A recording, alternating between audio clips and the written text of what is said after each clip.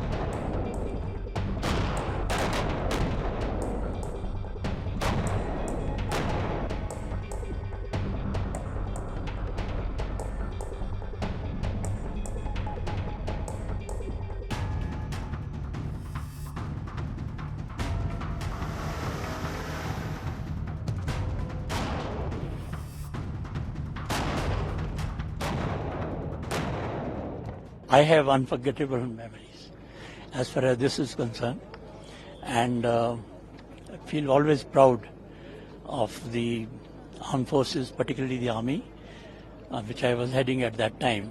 The way in which they recaptured every bit of ground here, and the manner in which they fought that war, probably the most challenging in the world. Very proud of them, and today that we have come here, I feel honored, blessed really, to be with the kin of the martyred soldiers, soldiers who died, and also to be with the award winners of Kargil War. So how much has the warfare changed from 1999 to at present? Considerable. There is a transformational change. The human resource asset of the Indian Army is still the best in the world.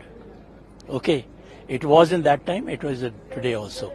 But what has changed major is one, that we have got much better equipment, much better arms, weapons, everything. And the third thing that I have noticed now lately is that we are also now more proactive than we were 24, 25 years ago. I think that's a great, I would say, strategic change which is coming about. Last question. Okay. Last question would be, sir, how do you look at the situation at the LOC? How do you look at it, sir, overall? Look, LOC situation is well under control. Personally, I feel that I don't think the Pakistanis would dare to challenge us again. And we are now, we have adequate number of troops, and we have got adequate strength to take on any challenge. You know, in 1999 we fought this war, the Kargil War, also known as Operation Vijay. You're all aware of it. In this war, there were huge challenges, you know. The terrain is so difficult. With altitude ranging 14 to 18,000 feet, you can see this mountain all around. Sub-zero temperatures, glaciated area, the wind chill factor, lack of oxygen. You know, walking up this mountain is so slow. You take, 10 minutes to walk 100 meters, which is almost 3 times what you do on the plains. And this gets further compounded, gets further slower when you're carrying your logistics, your weapons, your machine guns, your ammunition.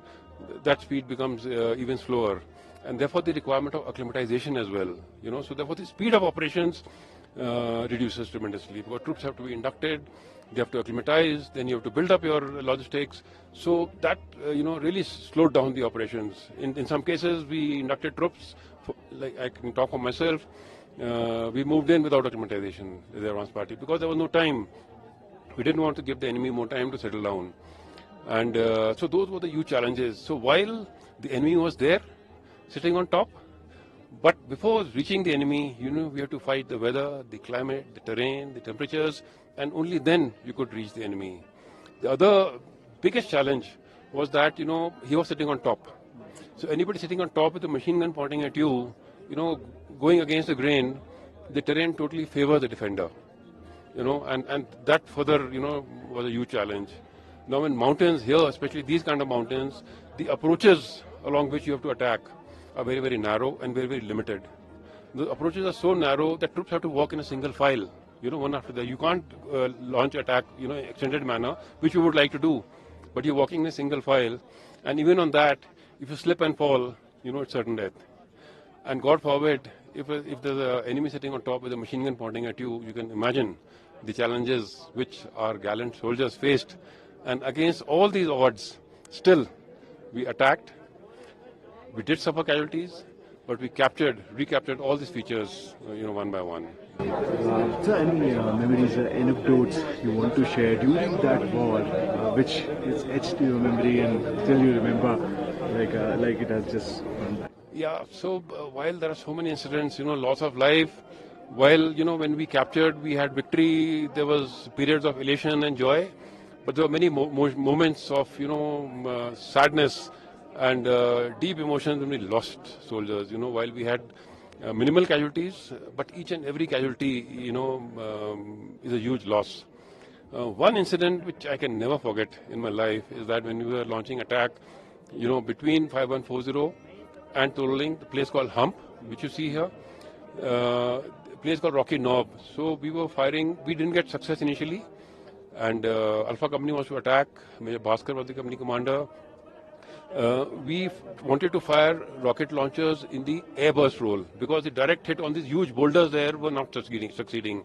So I was standing and there were rocket launchers, on both sides, 5, 6 of them. Right of me, there was Ranbir. He was firing a rocket launcher, airburst. He fired a round and he looked at me and he told me, sir, unka sniper hai. And I will take him next. And he told his number 2 to load his rocket launcher again. When he was doing that, I was talking to him and I was telling him, you change your position. And because he has seen you, you saw him, he's also seen you. Snipers are trained, they were special services group, SSG, like our special forces. But it happened so fast that, he told me, then he put his rocket launcher down, the number 2 loaded, and he stood up again. Standing just 1 feet to my right. And the moment he stood up, I was ready, and Ranbir got a bullet right here, and he fell down right in front of me. 1 feet away from me. I saw him dying. And that incident, I think I never forget in my life. So these are the kind of incidents that we faced. And there, artillery was firing all over, firing airbursts on top of us, and we were just keeping our fingers crossed. We had no overhead cover because we were moving. And it could be anybody at any time. It could have been me, actually, because I also peeped and saw the sniper. But fortunately for me and fortunately for Ranbir, that he was the one who became the target. So these are the incidents that I can never forget in my life. 24 down the line, 24 years down the line, how much has the war game, the warfare has changed basically according to you? Because you have seen 1999 and you have been, you know the terrain so well. How much it has changed according to you? How do you respond to the present situation? So warfare is changing a lot in the sense that a lot of technology is coming in. Non-contact warfare is happening. China is doing that in a big way, which is continuing actually. So that is one is non-contact warfare with deniability. Nobody knows who's doing what. And then the use of technology is coming up. These are two factors which are changing the way we're going to fight. We're seeing the Ukraine war happening, Armor was being used so much, but the Russians did not succeed. So we'll have to keep a track on this and see how we change, how we fight for the future. And what are your thoughts upon the people across the LOC? People across are no longer a challenge for us. They were never a challenge, actually. But now, much more, seeing their situation, the economic situation. I'm aware, of course I saw it in the media, that this year the Pak Army even didn't do their military exercises because there's no fuel for them. So in such a situation, the ex-chief General Bajwa has made statements, which keep getting leaked out that they cannot fight the Indian army. So that thing doesn't worry us at all.